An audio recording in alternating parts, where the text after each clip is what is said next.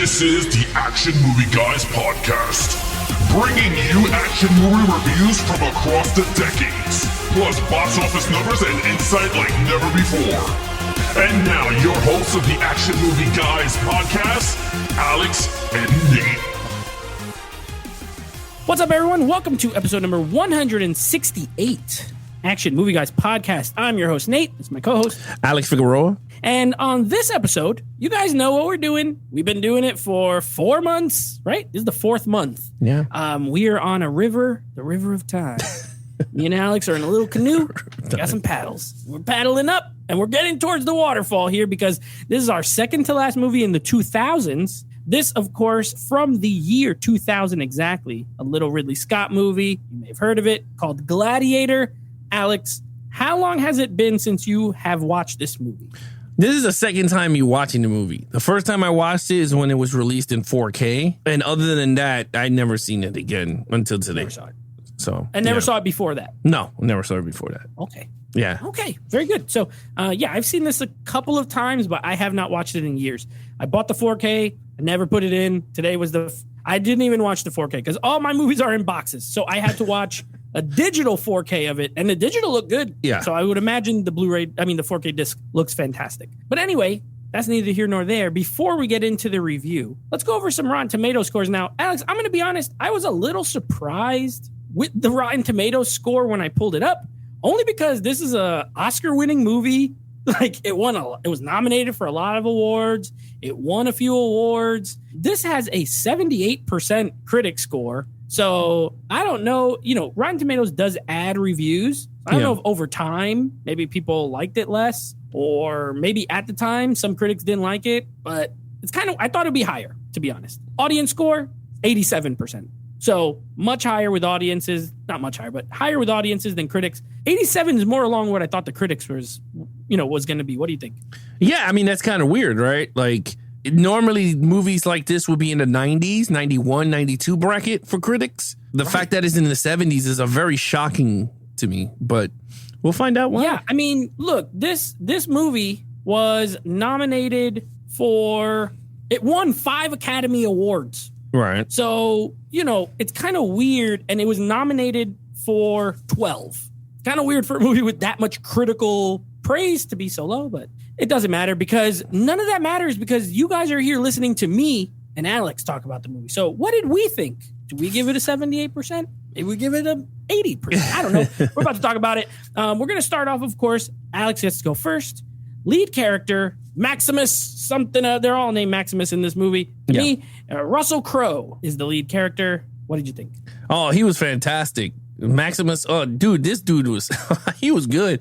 He had, the cool thing about his character was that he had a code, right? Like, he followed the code.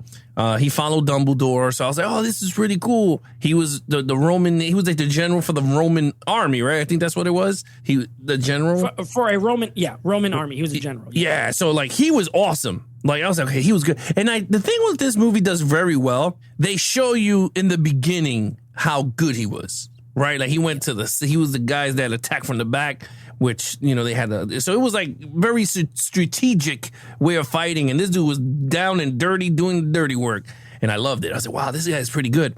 Then he wanted to retire. My man was like, yo, I want to go home. I want to become a farmer with my wife and my kid, and they're already setting up the seeds of like they're gonna kill these bastards, and you're gonna be like really pissed off, and it happens. But we're gonna talk about that with the main villain. But I liked it. The fighting, Russell Crowe is very good. And I always said it, and I said it when we did the Superman the movie review and the Man of Steel. Russell Crowe, to me, is the Jor-El. He is Jor-El. He is so freaking good in this movie. I believe them all the way up till they killed his ass at the end of the movie. I was rooting for him. I was ready to grab my broomstick and jump into the movie and hit dudes with brooms all over the place and help my man retire with his kids. Like, he was very good, and his character was just so believable. It's like some movies like this are not believable. Like, you don't get invested, and the only way you get invested in these characters if the lead character is a great actor that you could invest your time and you go, wow, my man is taking me through a roller coaster of emotions. Because I'm telling you right now that towards the end of the movie, my eyes started to get watery when he got stabbed in the lung. I was like, oh man, this dude is just like, he could whoop his ass in 2 seconds, but he just used all his energy to do what he had to do. And now he's going to the gates of Valhalla or whatever they believed in with his kids. And I thought it was good. I gave him a 5. He was really good in this movie. Yeah, look, I mean, as far as the performance goes, he did win for Best Actor. He won the Academy Award, so I'm going to talk about the acting. He's fantastic. So this is one of those, like, it's an old ancient Rome type, I think it's 180 AD. 180 AD at the time at the beginning. Yeah. So, I mean, this is like way, like almost 2,000 years ago at this point. He plays a general who is really close with the Caesar at the time. Marcus Aurelius is the Caesar, and he's like the son he never had. He has a son, but he don't like his son that much, and he wants to name him as the new, like, Caesar, right? And then the goal, of course, will be, because there's some politics in this movie, as most of these movies have, the old politics. And he's supposed to make the Senate be in control, and it's a republic and all this stuff. So very interesting. And then, of course, the Caesar dies before this can happen, and you just know bad stuff's going to happen to this guy. He has a full arc. He has, he's a character who you get behind immediately just from the opening war scene to the moment you know that he's going to get betrayed. They take his family. It's kind of brutal. Like, they kind of show the kid. I mean, he gets trampled by horses. Yeah. And they don't show the wife die, but he shows up to his house and they just show their feet hanging. And I'm like, oh my gosh, this is kind of rough. And then he has, his return to get revenge. And at the end of the day, it's a revenge story. And who doesn't love a good revenge story? You know what I mean? It has a little bit of everything. His character goes through everything, the whole gamut. There's love, because he has the ex, the sister. They used to be in love, I guess, before he met his wife and stuff like that. And she's played by Connie Nielsen, she's great in this movie too. We don't really talk about her character. It doesn't fit in our guidelines, but she's really good. But yeah, 5. I mean, this is a lead character in a movie like this that you get behind and you want him to win. So that's all you can ask for in a movie like this. So yeah, 5 for me. All right, main villain now nominated for an Oscar, didn't win. Joaquin Phoenix as what was his name? Commodus. Yeah, Commodus. That's right. Yeah, what did you think? He should have won Best Actor for Commodus. He's so good at this. He is such a dick that I was like, man, he is I'm not even going to say it because it's going to sound wrong again, but he's just such a dick. Yeah. But when you use that, be careful what you say next. Yeah, pretty much.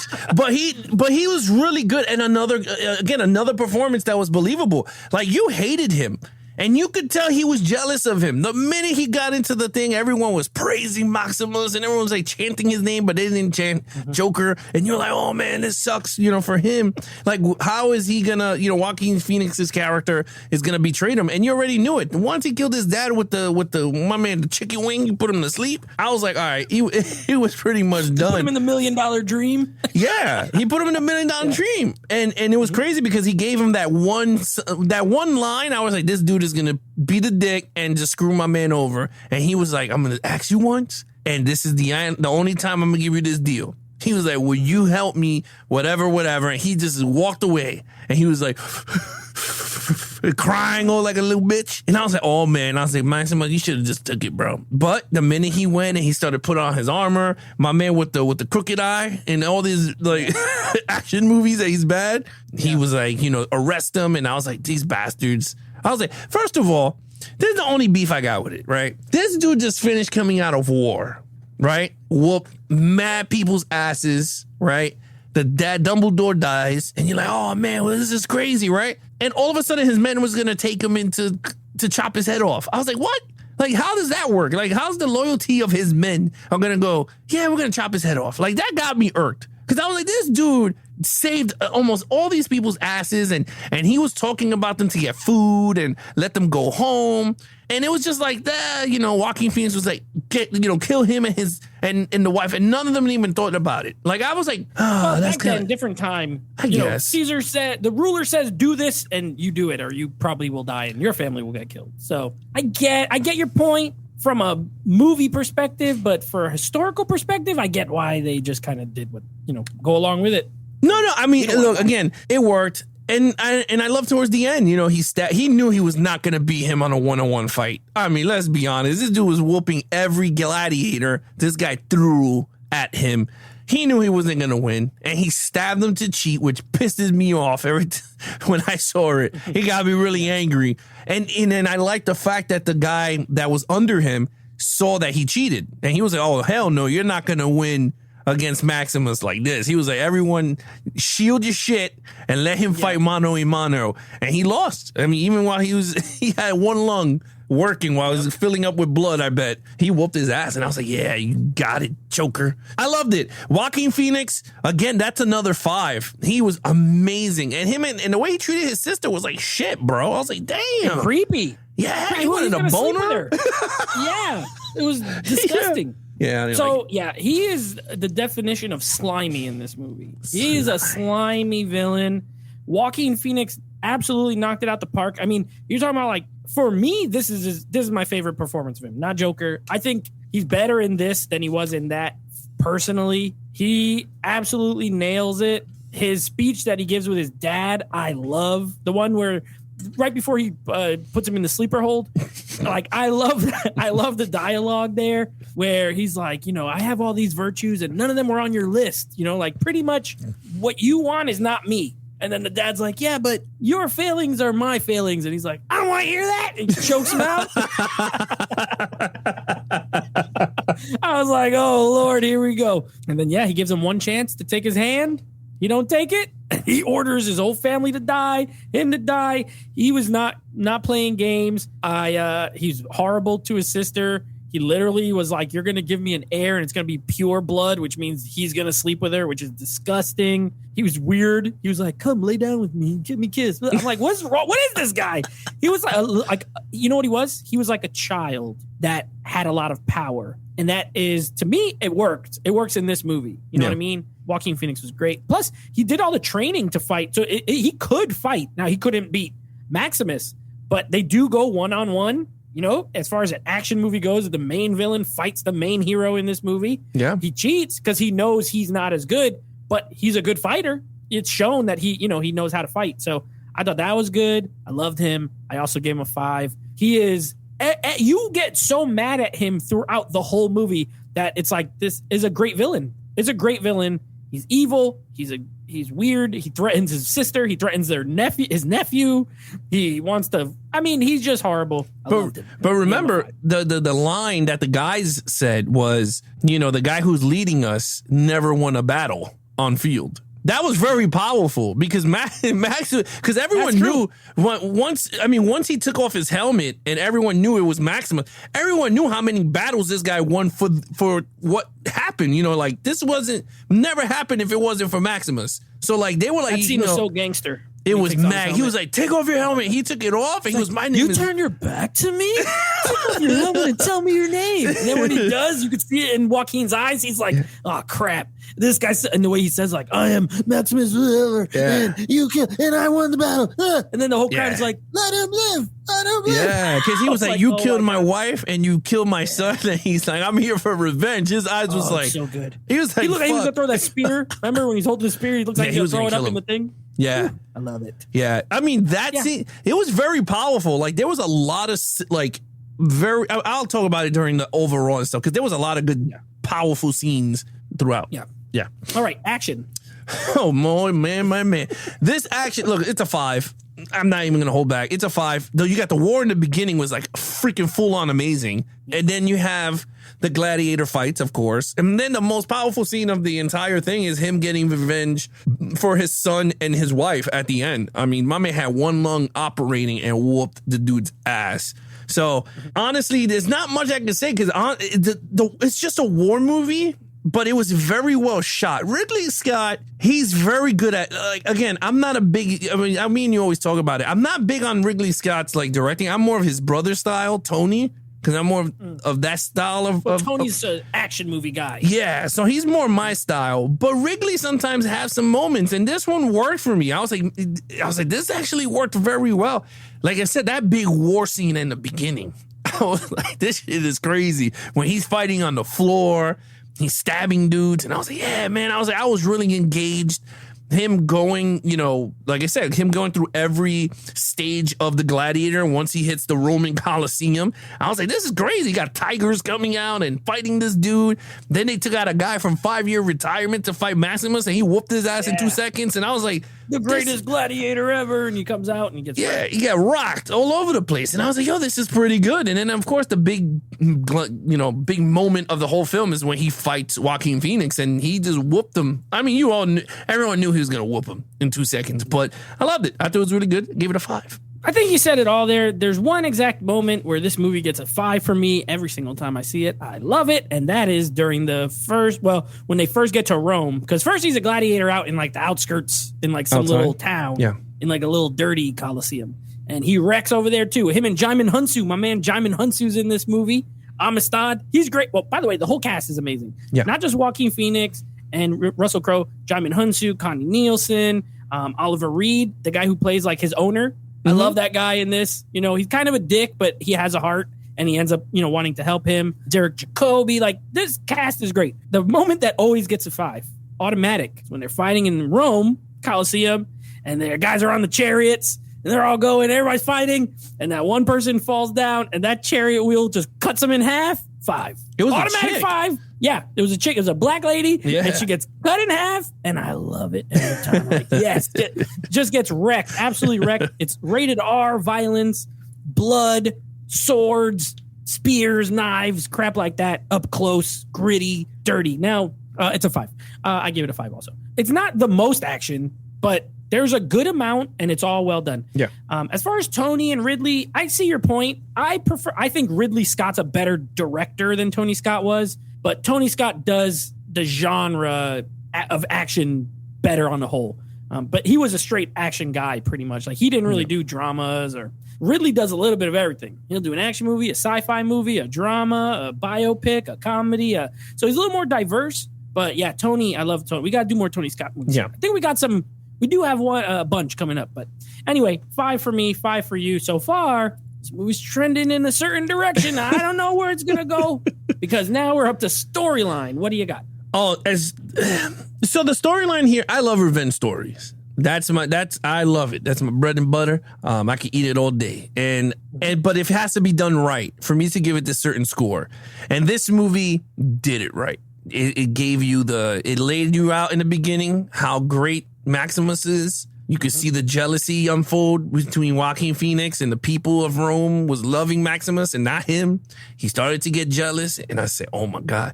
Dumbledore was favoring Joaquin Maximus over his own son, because he had the traits of all this stuff. And I liked it. I said, wow, this is pretty good. Then it happens, right? He dies and then kills his wife and kid. And you're like, you son bitch. I want my man to come back and get him. And I loved it. Let me tell you, the scene that he's getting away was freaking awesome, because you started to get hype. Because I was like, man, you get on that horse and you go back to Rome and whoop some ass.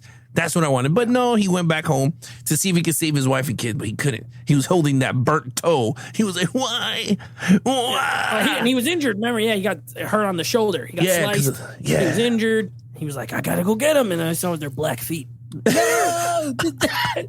Her black foot touched his lip. It was gross. Yeah, it was. You saw the little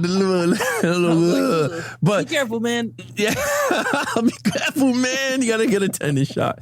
But be careful. Yeah, look, honestly, the story in general, I thought was really good. You got the corruption in the whole with the empire. The emperor's like corruption. You have this whole Republican and Democrats or whatever the hell they were going with, and then you got the actual story in itself, which I think is just the most basic storyline in any of these things, is the vengeance between him getting his revenge for his wife and son's death, which worked very well. Look, I gave it a 5 because I was hooked from the beginning towards the end, and it executed every, for me, checklist in the storyline. It went off. Yeah. If you guys listening haven't noticed, over the course of our 168 episodes, one thing that we love here on the Action Movie Action Movie Guys podcast is revenge. We're into revenge. Big fans. John Wick, Man on Fire. We reviewed those. Revenge. Get revenge. This movie has revenge. And you know what this movie has? This is one of those movies that I think it just has a little bit of everything, but it does every single thing right. For me, I think, story-wise, not only do you have the revenge story, like I mentioned, you have the politics, and it's all done very well. It's not confusing. Sometimes, when you're talking about like ancient historical dramas and they get into some of the politics and things and you're like, I don't really get it. I don't know what's happening. This one is easy to follow. You know who's good. You know who's bad. There's clear lines. So in that way, it's very straightforward.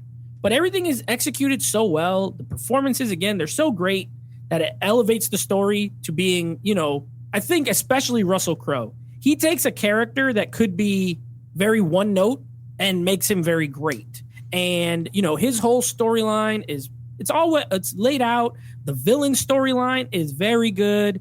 The sister storyline, she has her own storyline and it's very good. Every single thing is very good. And I don't have a problem with any of it. So I also gave the story a 5. I don't really have, there's nothing that I could point to. The movie's 2.5 hours. And for me, it flies right by. Yeah. I feel like it flies right by. It does not feel 2.5 hours. It feels like 2 hours. So the pacing is great. I just love it. It's great. So yeah, I gave it a 5 as well. So I'm pretty sure I know where you're going with this, but what's your overall? Well, look, overall, it has everything you want. Music score is amazing in this movie. It goes very well with the scenes. Yeah, Hans Zimmer did a great job in this. The cinematography on Rome is freaking awesome. I know it's CGI, but it was actually really cool. To be honest with you, that Roman Colosseum looked legit. Like, I was like, this is really cool. I like the tiger scenes. Again, the storyline was so well done, and you're right. The pacing of this movie was so fast, and if a movie goes so fast, to me, that's a sign of a great film. I mean, there's not many movies that Braveheart was another one that just flew across, and that was a long movie also. So I liked it. And before we end this, we have 15. This thing had 106 nominations. Okay, won 59. You know what? That's cool. More than half. Yeah, more than half. It won Best Picture, Best Actor Leading Role, Best Costume Design, Best Sound, Best Effects and Visual Effects. And those are the ones that won. They're just at the Oscars. Yeah, just at the Oscars. Not at the Oscars. Yeah, those are the ones that won for Oscars. Like, that is big, and that's telling. So, with that said, I gave it a 5 because this movie is amazing overall. Speaking of Oscars, Ridley Scott was robbed, didn't win Best Director, and Joaquin Phoenix didn't win Supporting Actor. Probably both should have.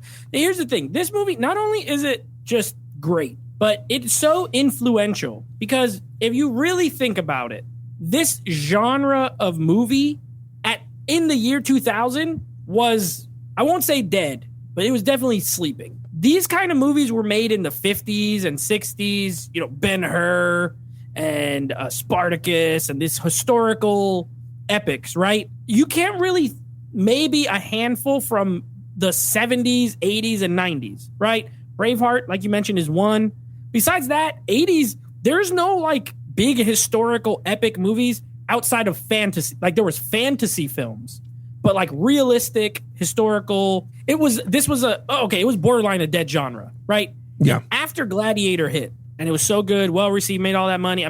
Right after this, you had, I'm just reading this thing. Was it Clash of the Titans? Last Samurai, Troy, The Alamo, King Arthur, Alexander, 300, Kingdom of Heaven, Robin Hood, the one with Russell Crowe also. Like the historical epic sort of had a renaissance because of this film. So it was very influential as far as the genre it was in and kind of resurrecting it and reviving it. Again, I love it. I did not expect rewatching it that this would be my scores, to be honest, because I remember thinking, there's a couple things, but I haven't seen it in years. I don't know, because I'm getting a little older. It just hit me a little different. I also gave it a 5.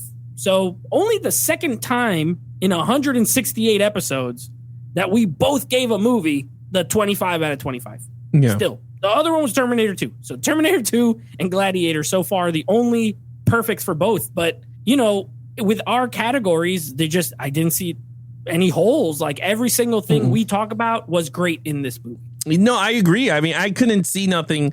The movie was just spectacular, and I saw it digital. I just didn't want to go in my basement and get the 4K. And the 4K digital looks great. It looked amazing. I was like, this thing was clear. It sounded very loud. I didn't need to crank it up or nothing. It was spot awesome. That Hans Zimmer score, you touched on it. You know what's funny? Listening to it, you could hear a lot of like the pirates, like Transformers, pirates. Yeah, there's like a lot of moments that sound like those two movies. Yeah, and Hans Zimmer didn't do Transformers, but you could tell like the guy, I think his name was Steve Jablonsky. You could tell he listened to this score and was probably like a big fan. And then Hans Zimmer, he did Pirates like 2 and 3 and 4. He didn't do the first one, but you can hear some of the elements. Oh my God, this score is so freaking good. This is one of the best. It's one of the best scores. And he didn't win either. Travesty. He was nominated for best score. He didn't. What won? I don't know. But anyway, perfect from both of us. So that being said, next week, we got a couple of new episodes for you. First, we got another Roger Moore Bond film, potentially my favorite of all time, Moonraker.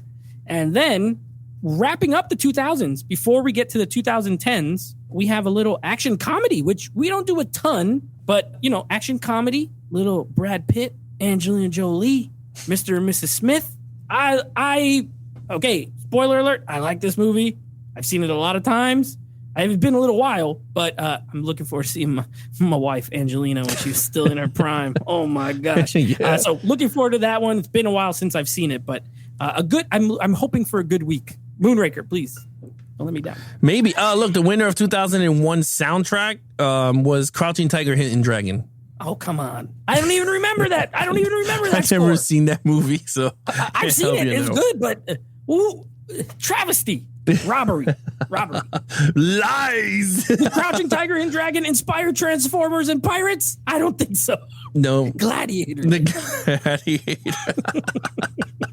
He's stupid. That's right. Oh my God. All right, guys, if you want to follow us in our social media accounts, please follow Nate over on Instagram at Netflix Reviews. Check out the podcast with him and his friends called Netflix Movie Reviews.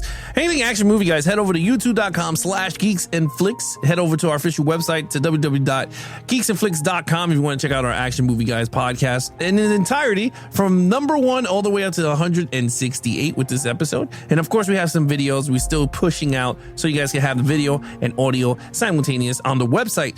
Other than that, I'm your host. Oh, he's your host. Nate from Netflix Reviews. I'm his co-host, Alex Figueroa. Be awesome to each other and geek out.